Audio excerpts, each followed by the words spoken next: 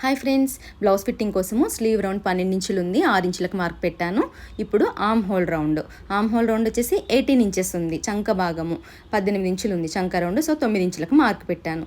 ఇప్పుడు మన చేయి రౌండ్ దగ్గర నుంచి చంక భాగం వరకు కుట్టు అనేది స్ట్రైట్గా పెట్టుకోవాలి.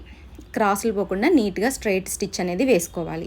ఇప్పుడు నడుము దగ్గర కొలుచుకోవడం కోసము నడుముని వెనకాల భాగంలో ఇలా మనం వెనక పీస్ని మడత పెట్టుకుంటే సెంటర్కి మార్కింగ్ అనేది వస్తుంది. ఆ సెంటర్ దగ్గర మార్క్ పెట్టుకొని మన నడుము ఎంత ఉందో అంతకు మార్క్ పెట్టుకోవాలి. ఇది 32 ఇంచులు కాబట్టి 8 ఇంచులకు మార్క్ చేస్తున్నాను.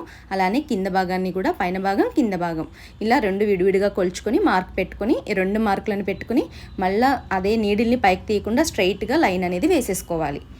ఇలా పక్క నుంచి కూడా ఫూటర్ డిస్టెన్స్తో నీట్గా స్ట్రైట్ లైన్స్ మాత్రమే వేసుకోవాలి, లేకపోతే ఫినిషింగ్ నీట్గా ఉండదు. చూసారు కదా ఫిట్టింగ్ అనేది ఎంత నీట్గా వచ్చేసిందో. ఈ విధంగా ట్రై చేసి చూడండి ఫ్రెండ్స్, బిగినర్స్ కోసం ఈ వీడియో చేశాను.